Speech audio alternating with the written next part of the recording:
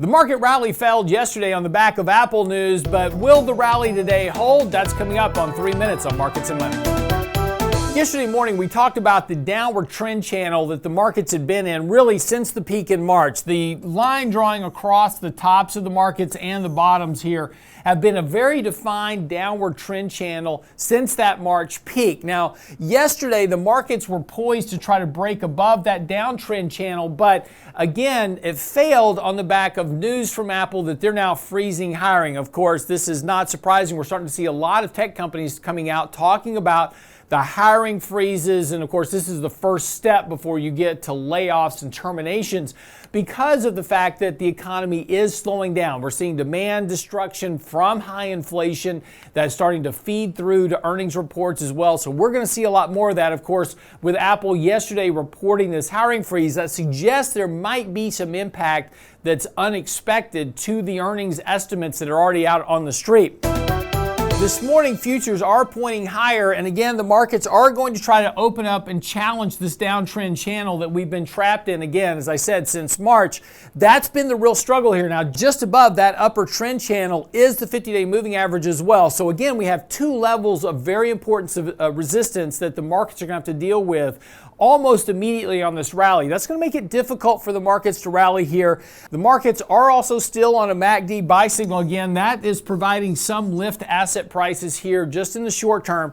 But again, this challenge to resistance is going to be the real problem for asset prices here over the next couple of days. Now, if we can get above this level, as we talked about yesterday, the markets could rally back to around 4,200, which would be the upper range of this Bollinger Bands that we've been in now for a while as well. We're not wanting to take on a lot of risk here, as we've talked about before. Look to use this rally right now to rebalance risk in portfolios. If we do break out to the upside, that could bring back some of this bullish attitude. Again, as we talked about here recently, the sentiment in the market is just so very bearish. Positioning is bearish, sentiment is bearish, outlooks are bearish.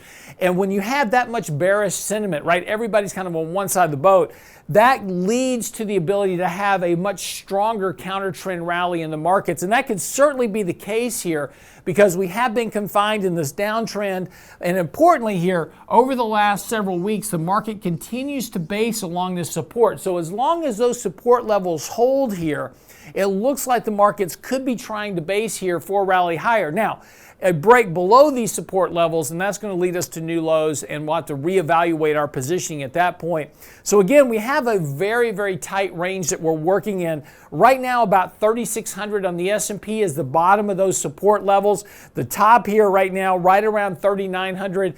A break above or below that range, and again, it's a very, very tight range here, is probably going to lead to a more explosive move, either to the upside or the downside, depending on where that break occurs.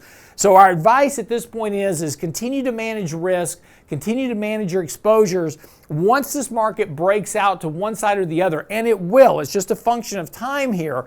Once it breaks out one direction or the other, then you can be either put more assets on your books or take more assets off your books and just react to what the market does. Guessing here might very well put you on the wrong side. You know, if you're betting on the markets going down further, take those positions. The markets could very well break to the upside. And when the break occurs, as I said, it's going to move very quickly. So it's going to be very hard to unwind those positions that you may be getting into. So again, just take your time here, be patient, let the markets do what they want to do, and then react accordingly. That's 3 Minutes on Markets and Money. I'm your host, Lance Roberts. Be back here tomorrow.